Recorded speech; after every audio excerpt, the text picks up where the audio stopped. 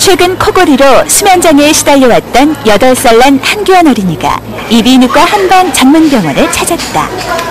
규원이는 수면장애로 항상 낮 활동이 나른하고 멍한 상태가 많았다는데, 여행을 갈 때나 할 때, 기차를 탈 때나 할 때 코 너무 성인처럼 심하게 구니까 사람들이 깜짝깜짝 놀라더라고요. 아니, 아이가 저렇게 코를 심하게 구나. 또 본인도 잠잘 때 자고 일어나면 좀 개운하지도 않고 항상 피곤해 있고 애가.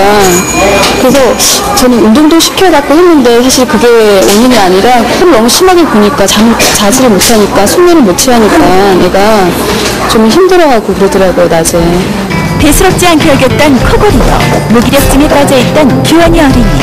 엄마와 함께 진료실로 향하는데, 규원이의 귓속과 목구멍을 촬영해보니 붉게 부어올라 한눈에도 알 수 있듯 그리 상태가 좋지 않고, 그래도 예전에 비해 좋아진 상태라니 그동안의 고생을 알만하다.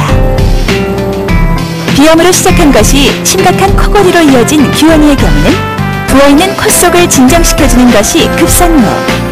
그런 규원이에게 원장님은 면봉 치료와 혀를 자극하는 이침 치료를 하는데, 현재 규원이의 상태는 어떨까?